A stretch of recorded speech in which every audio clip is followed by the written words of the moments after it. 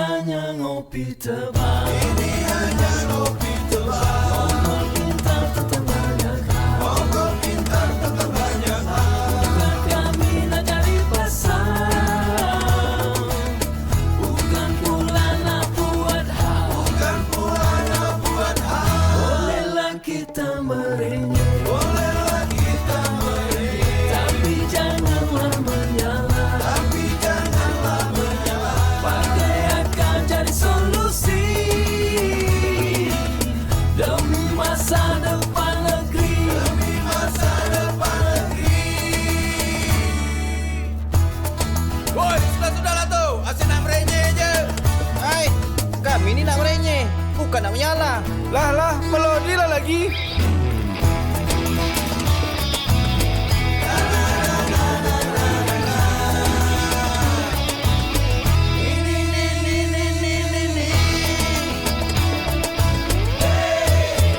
Merenyeh boleh, menyalah jangan.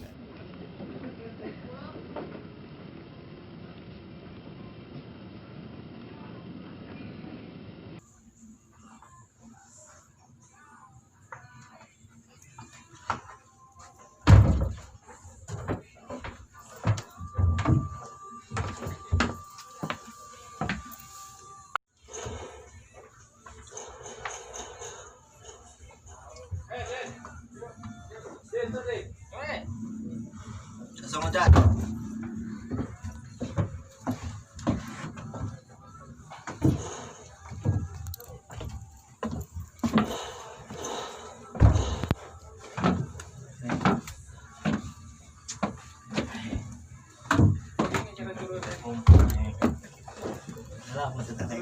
Dulu boleh sudah.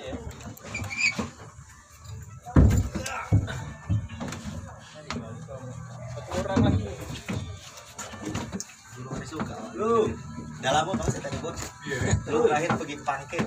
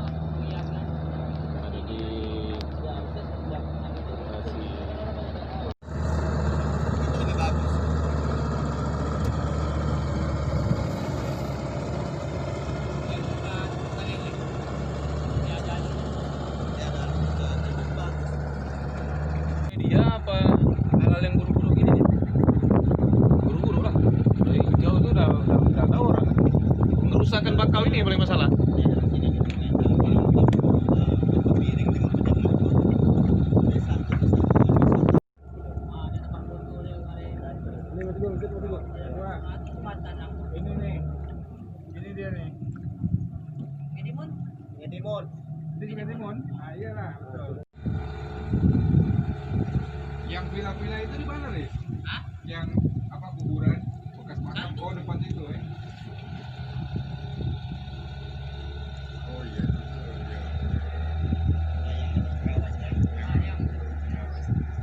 Masa harusnya wisata. Wah, anu. Nanti kalau gelap kita pencahayaan jelek.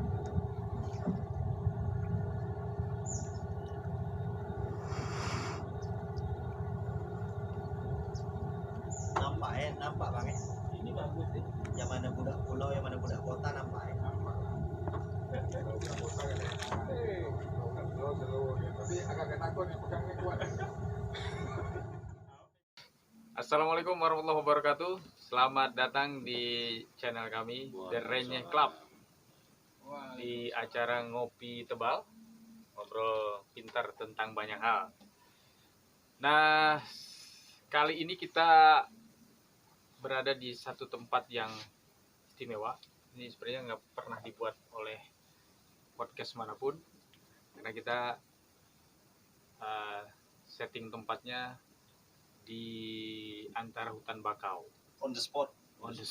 di atas sampan, di atas pompong kalau kata orang sini.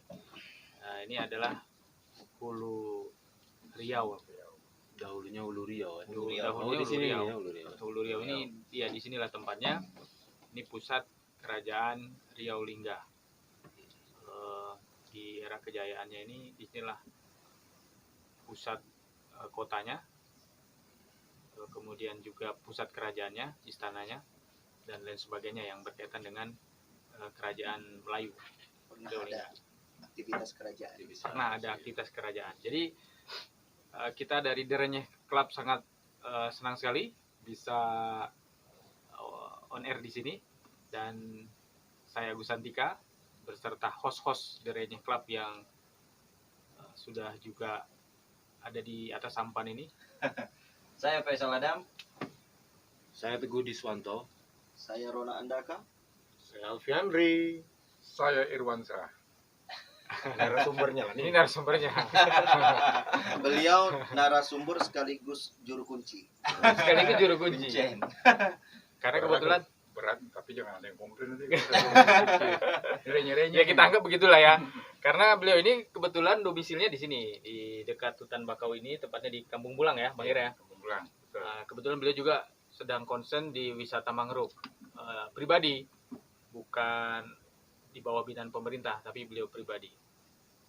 Ini tentu jadi trigger lah untuk kami menjadikan ini sebagai topik The Renyeh Club atau ngopi tebal kali ini, Bang Ira ya. Tapi teman-teman semua dengan Jangan lupa. oh iya benar, teman-teman petonye, kita tentu ingin tahu lebih dalam lagi. Ini kan tidak hanya kita bicara tentang masa lalu, tapi masa sekarang juga, bagaimana prospek wisata mangrove, terus kemudian lagi pelaku-pelaku wisata yang juga menjadi pelaku-pelaku ekonomi nantinya bisa terus bergerak lah di masa sekarang yang lagi sulit-sulitnya nih, di masa pandemi COVID-19. Artinya ini perlu ada semacam solusi lah dari berbagai stakeholder.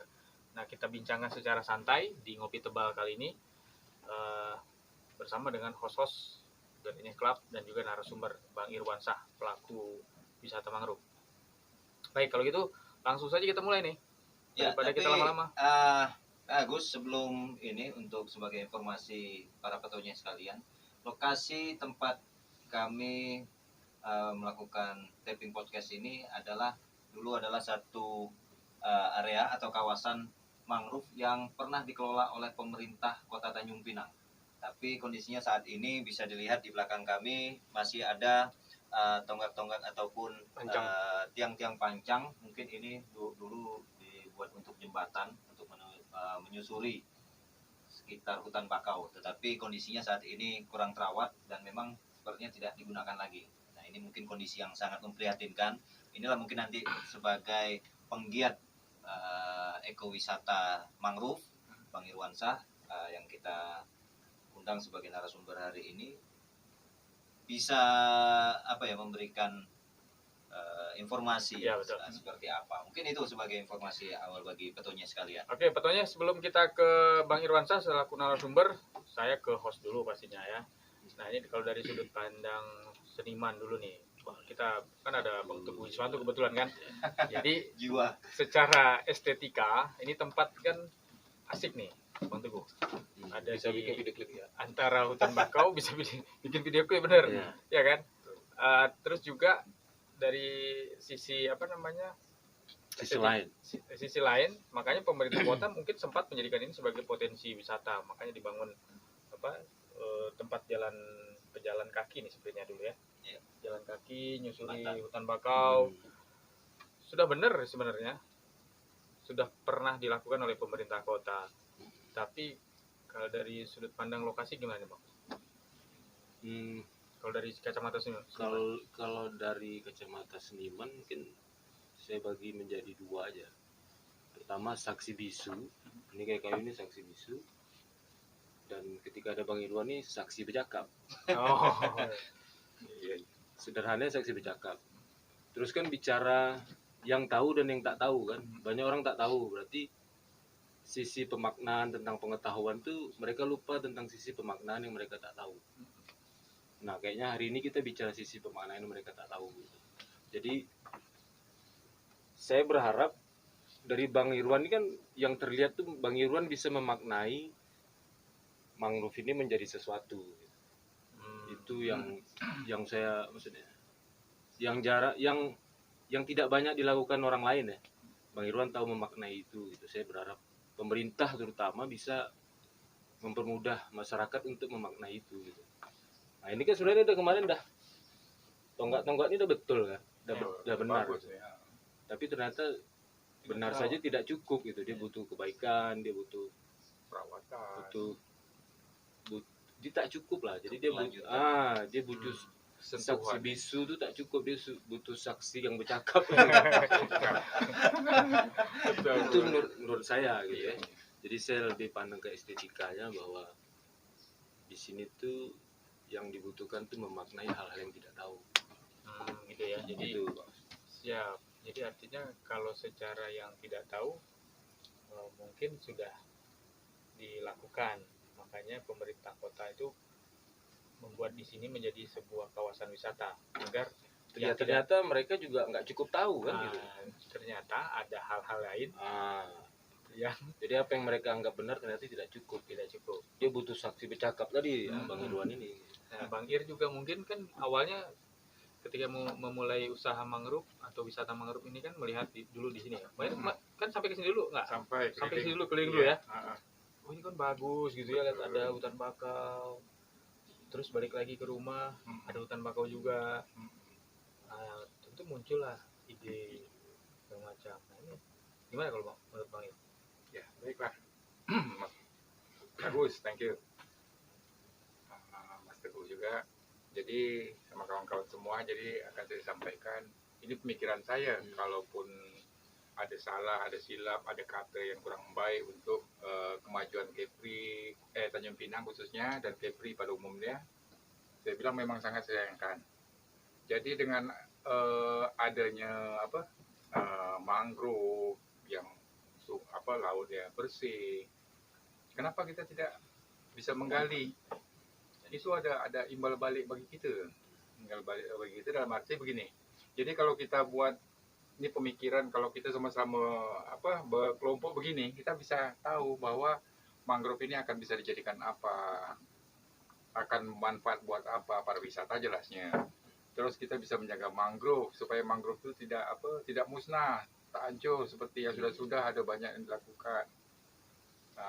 Dia punya mangrove itu ditebang, mereka tidak punya rasa memiliki. Jadi mungkin kalau saya ke depan pandangannya, kalau dapat mangrove kita jaga, kita buatlah untuk supaya bisa wisata kita hidup di Tanjung Pinang ini. Apalagi di sini memang tempat sejarah, inilah titik nol sejarah itu dulu. Bang, Ya, Abang bilang tadi ada masyarakat yang mengambil bakau di sekitar sini. Apa masih terjadi sampai sekarang, Bang?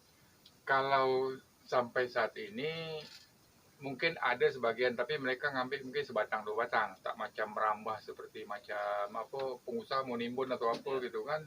Tapi ada. Untuk apa bang? Sebatang 2 batang. Kalau Sebatang. dulu kan kampung-kampung itu kan bikin lastik kan. Kalau sekarang buat apa? Kalau sekarang mereka buat untuk parkir apa namanya itu bertambatan sampan-sampan mereka di tengah laut. Tentulah tak banyak kalau itu. Tak banyak, 1-2. Tapi kadang-kadang kan mereka ngambil main hantam aja. Mereka kan kalau mau ngambil ya pilihlah betul-betul ini tak mengganggu, masih bagus. Tapi kalau yang sampai merusak itu nggak ada. yang sampai merusak saat ini Eksploitasi besar-besaran misalnya apa? Bakau. pernah ada di daerah Sungai Carang khususnya dekat sebelah sana tuh. Tapi itulah aktivis-aktivis Tanjung Pinang ini cepat tanggap. Termasuk perwakilan rakyat. Jadi sempat di stop itu. Alhamdulillah mereka stop, tapi barang itu sudah habis juga sebagian. Jadi penimbunan berarti ya. Belum penimbunan, cuman pembabatan dulu. Pembabatan dulu. Itu sangat Padahal disayangkan. satu pohon yang tingginya 2 meter, 3 meter itu butuh berapa lama tuh? Wah, itu lama bang. Itu bisa sampai 2-3 tahun. Baru bisa dia naik ke atas. Jadi mangrove ini betul bagi pemirsa atau orang awam yang bisa lihat di sini, kalau dapat memang jagalah hutan mangrove kita tuh. Inilah sejarah nilai yang nggak ada mungkin tempat lain. Jakarta mungkin tak pernah bisa kita lihat. Ya. Kalaupun ada mungkin skalanya kecil. Gitu. Tapi di Kepri ini tengoklah. Iya, kita potensinya memang di sini Besar. bakau sangat besar. Sangat besar. Kalau di Indonesia itu mangrove terbesar di Sulawesi. Sulawesi ya. Sulawesi paling terbesar. Tapi paling tidak kita kayaknya perlu inilah apa namanya political will ya. Polisi yang tepat lah, jangan sampai misalnya yang seperti ini nih gagal terus kan. Bang Raka nih kayaknya harus. Ini duit semua nih padahal Ini ini. duit. Iya, Ini satu betul. tiang pancang ini kalau dengan APBD berarti uang rakyat. Wah, rakyat. Nah, berarti kan ini kan satu kegiatan yang akhirnya sia-sia, Sia-sia. tidak berkelanjutan. Padahal ini kalau dilakukan oleh OPD terkait dan dikelola dengan baik, ini akan mendatangkan wisatawan bagi lokal maupun internasional. Karena bakau ini menjadi daya tarik bahkan internasional. Karena di luar negeri nggak ada bakau. Mereka pada mencari di Ternyata bakau pun bisa bicara rindu juga kan. Mm-mm. Orang tuh rindu nak jumpa bakau gitu. Iya, iya. Ya kalau orang misalnya rindu ingin jumpa bakau, tapi kalau misalnya sarananya nggak ada, Nggak ada macam Iya, mana nak jumpa. susah Jadi, juga. jadi begini, saya tanggap dari Pak Faisal tadi. Memang betul, ini sudah ada kayu. Saya nih bangun mangrove, saya nih mendirikan mangrove di Kampung Bulang tuh memang betul-betul luar biasa. Saya pikul. Tapi ini barang lah ada, kita tak rawat, kita tak jaga, ini betul-betul biasa. sangat luar biasa. Sayang, mungkin suatu saat nanti mungkin ada orang yang dipilih untuk merawat Tuh, atau kamera. buat apa nih. Bang, kalau abang kan bikin di sana kayunya sebesar ini nggak? Oh tidak, ini besar betul nih, ini Oh, hebat nih, saya tak kalau mampu beli Kayu nih. apa nih? Gini Bang Irwan angkut berarti ada ilmu badang. Ada Bang. yang hebat. Ini kayu pinang sepertinya. Ini campur ya, Campur ya. campur. Kayu pinang. Artinya Bang Raka ini tidak sedikit investasi. Tuh, tiang panjangnya aja nih Sebesar ini dari sampai mana kayunya kita nggak tahu ya. Pasti kayu-kayu dari luar yang mahal. Nah, satu ini itu. untuk membangun sarana prasarana itu kan tidak sedikit.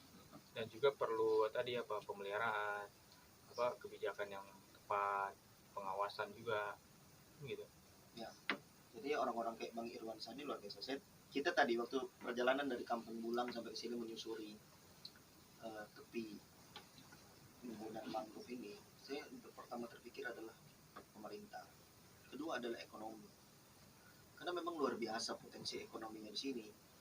Bahwa potensi masyarakat sekitar Kampung Bulang, potensi masyarakat sekitar Kota Piring, potensi masyarakat Sungai Carang, Sungai Timun itu bisa tergerakkan jika memang pemerintah serius akan hal ini.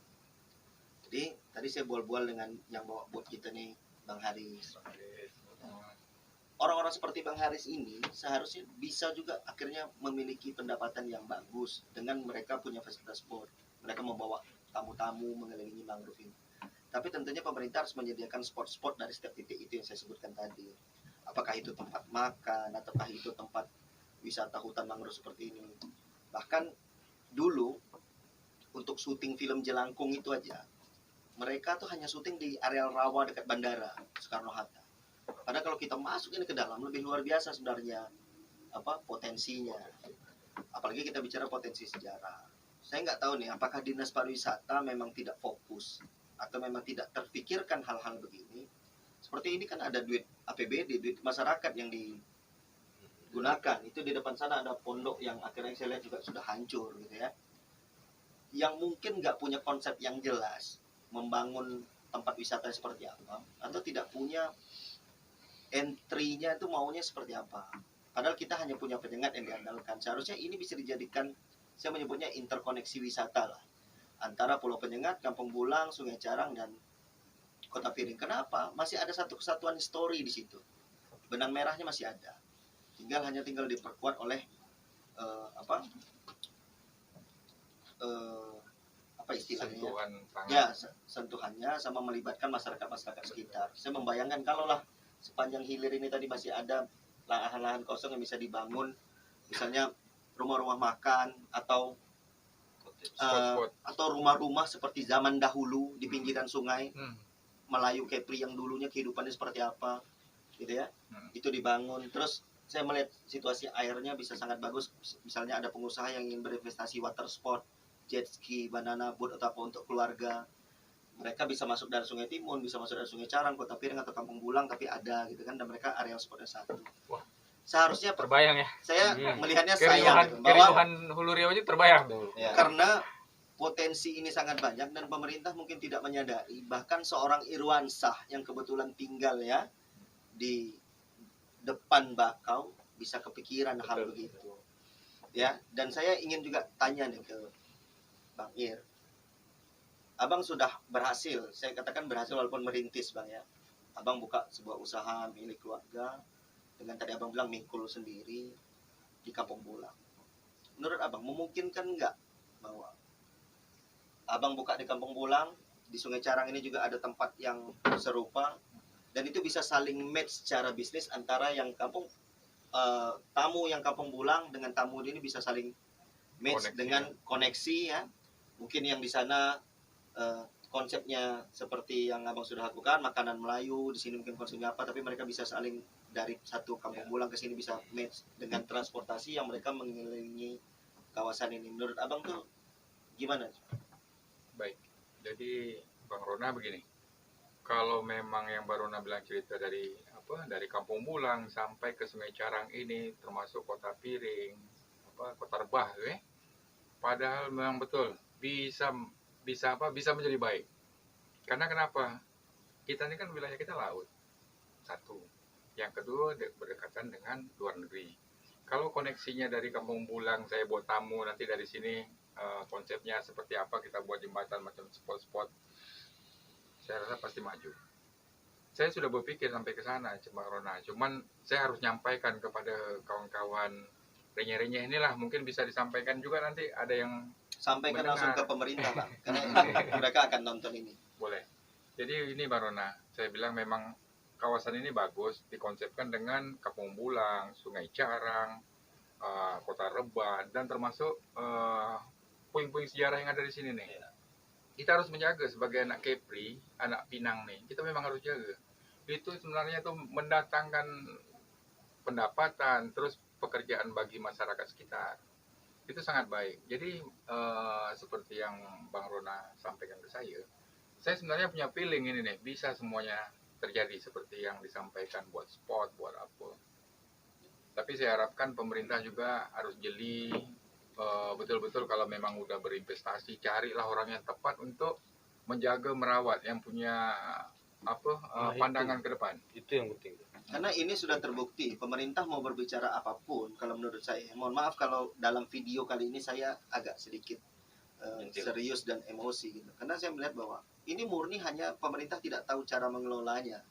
Karena pemerintah sudah punya idenya, sudah benar itu seperti disampaikan oleh Bang Teguh, tapi pemerintah tidak membiarkan begitu saja, tidak melihat potensi lain untuk dikembangkan. Dalam arti kalau mengambil bahasa dari Bang Maskur, kan kita tak bisa hadir, balik-balik lagi bahwa adalah pemerintah tidak fokus. Dalam hal ini adalah pemerintah yang berhubungan dengan, saya lihat sektor pariwisata ya, sangat kelihatan di sini. Dan jadi untuk diketahui juga, di Penyengat itu yang salah satu jadi andalan adalah bahwa kita punya pahlawan nasional itu Raja Ali Haji dan Raja Haji Fisabilillah. Ya, yang sudah dijadikan pahlawan nasional, ada makamnya di sana. Orang dari mana-mana itu yang dijual. Raja Haji Fisabilillah dan Raja Ali Haji. Orang tua, ayahnya dari Raja Haji Fisabilillah, yaitu adalah almarhum Daeng Celak, itu di sana makam. Di sini. Di kawasan ini ya? Di kawasan ini, kalau kita masuk ke sana itu di sana ada Daeng Celak. Dan itu Daeng Celak itu adalah merupakan ayah dari Raja Haji, yang merupakan juga adalah masih datuk moyangnya dari Raja Ali Haji. Jadi dua pahlawan nasional Kepri itu, orang tuanya adalah Daeng Celak yang dimakamkan di belakang bakau-bakau kita ini. Dan itu secara historis sebenarnya kan sudah punya benang merah untuk dirangkai menjadi suatu kawasan wisata. Ada kawasan wisata ekowisatanya, ada kawasan wisata sejarahnya, ada religinya di situ, dan ada juga untuk menjadi kawasan wisata keluarga yang disampaikan oleh Bang Ir tadi, dengan rumah makan, dengan water sport dan sebagainya. Sudah tergambar ya, artinya kalau melihat potensi di kawasan ini sampai ke Pulau Penyengat dan sekitarnya itu sudah bisa dipetakan artinya. Dan gambarannya tadi sudah disampaikan Bang Ronandaka, juga Bang Irwansah. Ini sebenarnya sumber PAD kalau digarap betul-betul kan gitu ya. Ya, makanya tinggal kemarin sih saya sampaikan, tinggal bagaimana kita memberdayakan masyarakat yang ada di sekitar potensi wisata ini. Bagaimana UKM-UKM yang ada, industri rumahan itu, misalnya kue-kue tradisional misalnya itu kan. Jadi ada wisata sport kuliner, ada wisata religinya di Pulau Penyengat misalnya, ada wisata sejarahnya misalnya. Ini semuanya terkoneksi semuanya. Tetapi ya betul tadi yang disampaikan rekan Daka tadi, harus ada interkoneksi. Ya, jadi ya sifatnya pulang balik mereka. Jadi tidak hanya satu itu. Jadi perputaran itu ada, dan ekonomi itu berkembang untuk masyarakat yang ada di sekitar sini juga. Tetapi perlu dukungan dari, sekali lagi perlu dukungan pemerintah dan konsentrasi pemerintah terhadap pengembangan masyarakat itu. Oh iya, tunggu dulu Bang. Saya tadi sudah menyentil pemerintah gara-gara omongan Peguam, saya baru terpikir. Bang Ir, masyarakatnya paham dan mendukung tidak sih? Karena kan Abang kebetulan nih, Abang juga saya dapat informasi Abang ketua RW. Kalau Abang oke lah, Abang sudah melaksanakan. Tetangga-tetangga sekitar Abang atau masyarakat-masyarakat yang lain mungkin Abang kenal, kira-kira mereka menggugahnya itu mendukung nggak? Jangan-jangan pemerintah gagal buat ini gara-gara masyarakat yang tidak mendukung atau gimana? Sebentar, jangan dijawab. Oke, sebentar, jangan dijawab dulu tapi Bang Ria. Fotonya kita break sebentar, tetap di Ngopi Tebal. Ya, di belakang saya ini adalah satu kawasan mangrove yang dulu sempat dikelola oleh pemerintah Kota Tanjung Pinang. Namun kondisinya saat ini dalam kondisi yang memang tidak terawat dan memang tidak ada sentuhan lagi.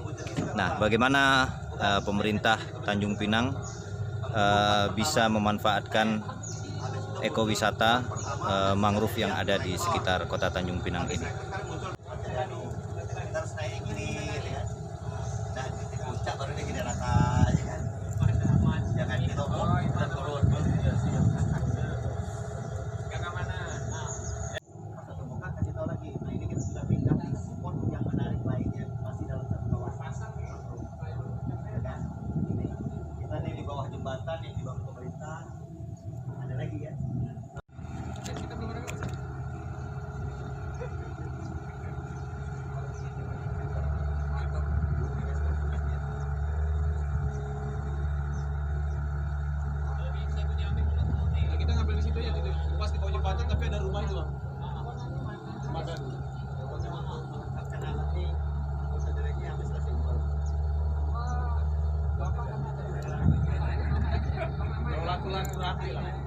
Belakang ini kita masuk sini, kita ada Daeng Marewa, Daeng Celak.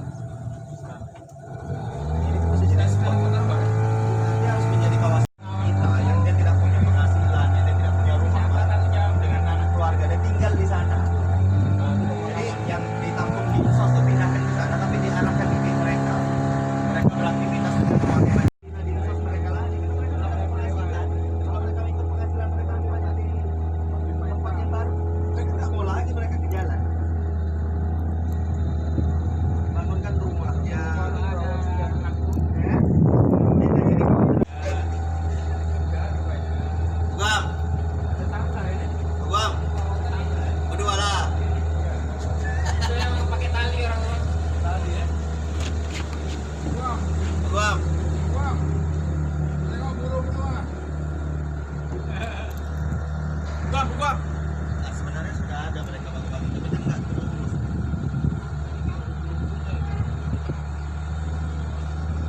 bangau tuh, bangau.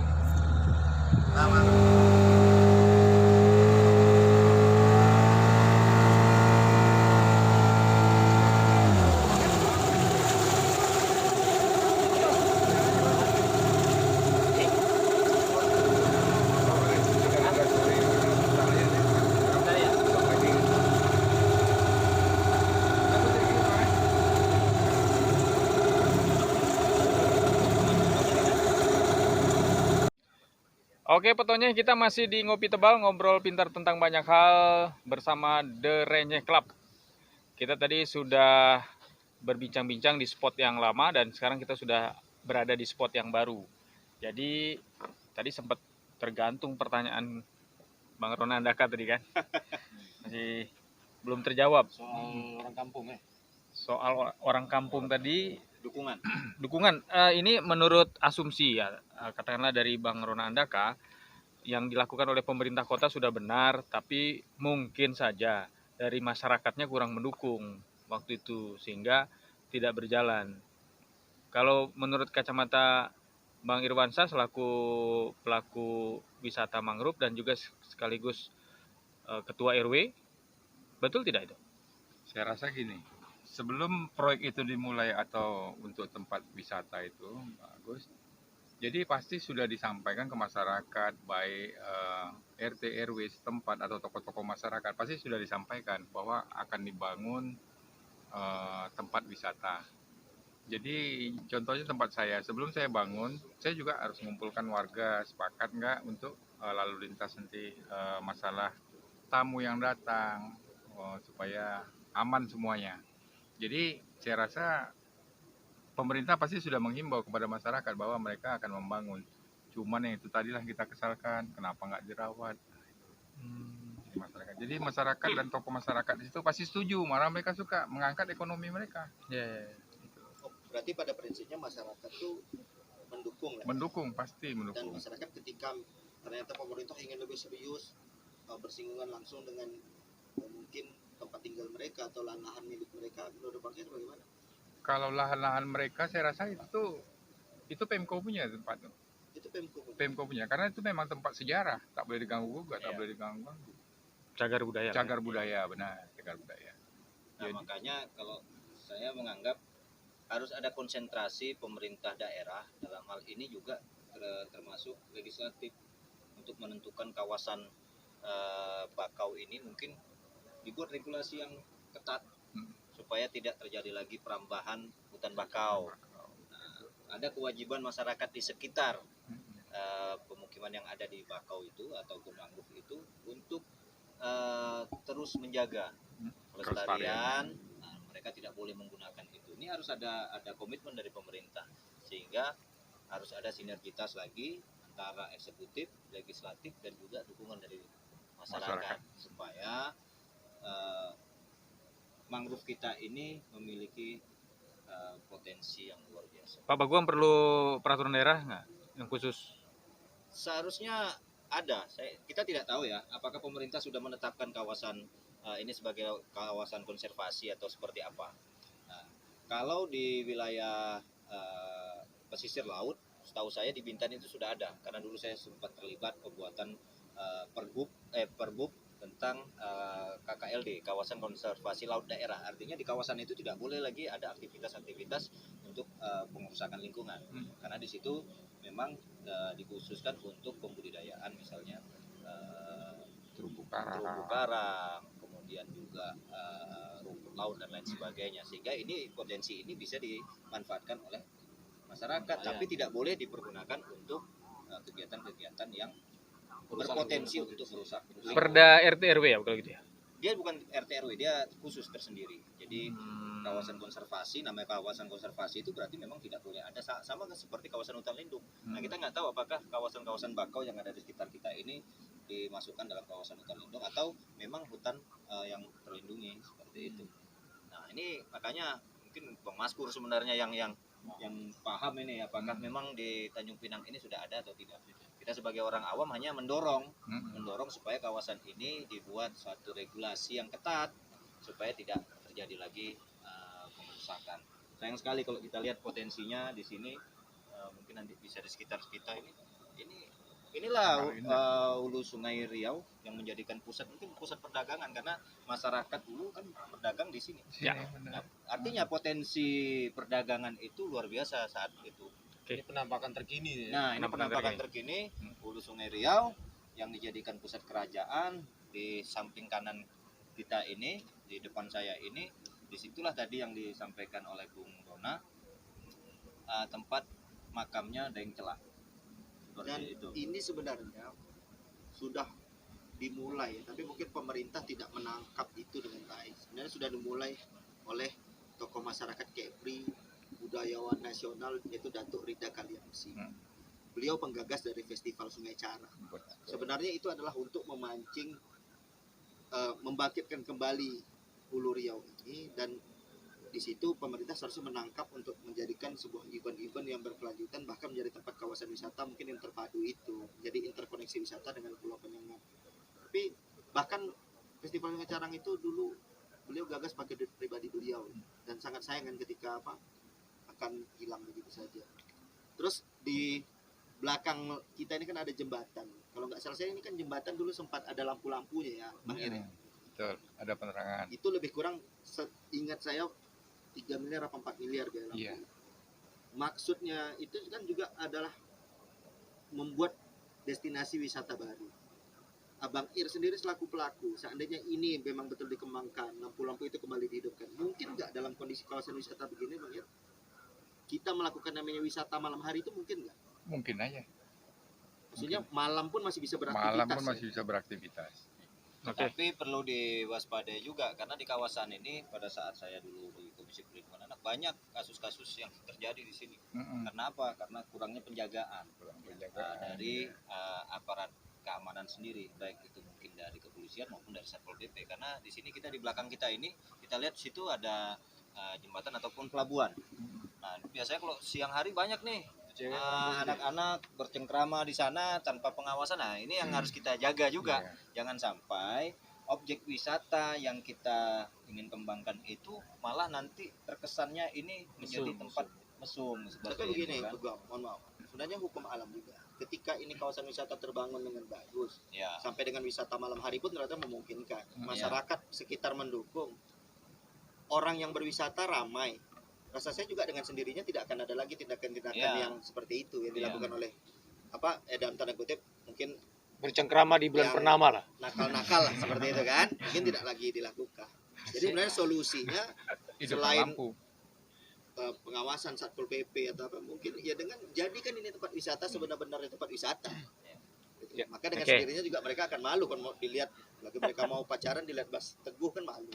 Oke, kita sudah banyak menghasilkan semacam menggali informasi, pemikiran-pemikiran yang brilian dari berbagai sudut pandang, baik dari sudut pandang narasumber maupun para host Derenyeh Club kan gitu ya, petonya ya, penonton Derenyeh yang pastinya menunggu juga sebetulnya ending daripada apa yang kita bahas itu apa sih? Tentu itu terlepas daripada jawaban dari stakeholder pemerintah. Nanti di edisi selanjutnya kita akan kupas ya. Kita akan undang yang verifikasi pemerintah itu apa? Bagaimana? Nah, itu yang penting. Jadi dan juga Bang, mungkin sebelum diserahkan ke juru simpul, bagi mungkin yang menonton video ini yang merasa punya ide-ide cemerlang terkait kawasan ini seharusnya dibuat seperti apa, mungkin bisa tambahkan di kolom komentar. Betul. Jangan lupa juga subscribe. Langsung aja ke kedai Kampung Bulang tempat Bang Irwan kalau nak bercakap ya. Betul. Jadi jangan lupa juga subscribe, like dan komen dan share juga kalau share. perlu. Oke Petonye, sepertinya kita sudah menghasilkan pemikiran-pemikiran yang brilian terkait bagaimana mengembangkan wisata mangrove di kawasan Hulu Riau, Sungai Riau di Kota Tanjung Pinang ini, dari sudut pandang narasumber maupun para host Derenyeh Club. Nah, jadi tergantung sekarang bagaimana nanti jawaban dari endingnya. Nah, tentunya itu adalah ranahnya pemerintah kota Tanjung Pinang dalam hal ini dan juga Provinsi Kepulauan Riau. Tapi yang sudah kita bahas dari awal tadi tentu harus ada kesimpulan. Nah, ini beliaulah yang paling paling berwenang sebagai juru simpul. Ya, baik para petonye sekalian. Hari ini kita berkesempatan untuk menelusuri dari kilas balik sejarah dan segala potensi yang ada di Pulau Bintan, khususnya yang ada di Tanjung Pinang. Dan dari sekian banyak percakapan yang sudah disampaikan oleh narasumber dan para host yang hadir pada sore hari ini, ada beberapa hal yang mungkin barangkali bisa para petonye tangkap sebagai poin-poin penting. Pertama, Kepulauan Riau dengan tamadunnya, dulu kita sibukkan sangat dengan tamadun budaya, dan hari ini kita disibukkan dengan tamadun pariwisata. Karena potensi kelautan Kepulauan Riau yang begitu hebat dan luar biasanya. Dan yang paling penting adalah keterlibatan seluruh aktor di dalam kolaborasi pembangunan pariwisata yang berkelanjutan itu paling penting, karena bagaimanapun segala hal ini perlu keterlibatan semua pihak. Tidak bisa saja dibebankan kepada pemerintah dan dipersalahkan kepada masyarakat, tapi harus ada skema-skema lain. Pertama, mungkin adanya aktivitas oleh pemerintah untuk melibatkan partisipasi masyarakat atau publik. Dan yang berikutnya, bagaimana menarik keyakinan para investor, para pemilik modal untuk mengembangkan potensi pariwisata, khususnya wisata lingkungan atau ekowisata mangrove. Karena banyak hal yang bisa kita kembangkan dan bisa kita perbuat untuk mensejahterakan masyarakat pesisir yang berada di kawasan hutan mangrove. Ini mungkin barangkali catatan-catatan penting kita. Aktivitas ini bisa kita lakukan dengan kolaborasi triangle aktor, yaitu adanya pemerintah, masyarakat, dan pengusaha. Dan ini mungkin poin penting yang harus kita sampaikan pada sesi kita pada kali ini, dan semoga kesadaran kita terhadap menjaga lingkungan, kesadaran kita untuk merawat alam ini, semesta ini, agar besok-besoknya untuk anak keturunan kita, anak cucu keturunan kita, mendapatkan tidak hanya sebatas cerita, tapi juga mendapatkan fakta-fakta, tidak hanya sejarah, dari untayan sejarah, tapi untayan hutan bakau yang bisa kita nikmati pada kali ini dan untuk keturunan kita di masa mendatang. Mungkin barangkali itu poin penting pertemuan sesi kita kali ini. Saya kembalikan kepada host saya, Bung Agus. Baik, terima kasih Pak Alfiandri. Luar biasa sebagai juru simpul, begitu mengikat kita. Simpul itu mengikat. Betul. Memang mengikat. Sama di pramuka.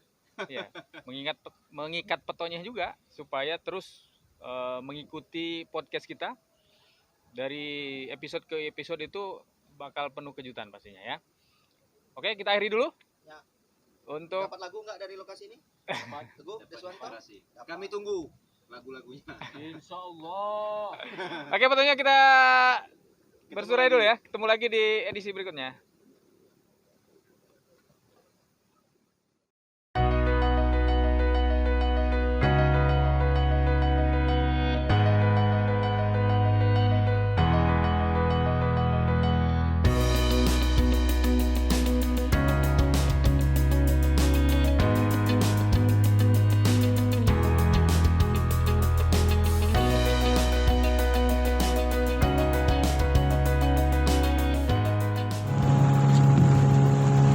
Petonye semuanya, kami di Pulau Riau. Di belakang kita adalah jembatan Secarang yang menjadi kebanggaan Kota Tanjung Pinang yang menghubungkan Kota Tanjung Pinang dengan Senggara. Tanjung Pinang is beautiful. Kita tunggu Anda di hutan mangrove sekitar Tanjung Pinang.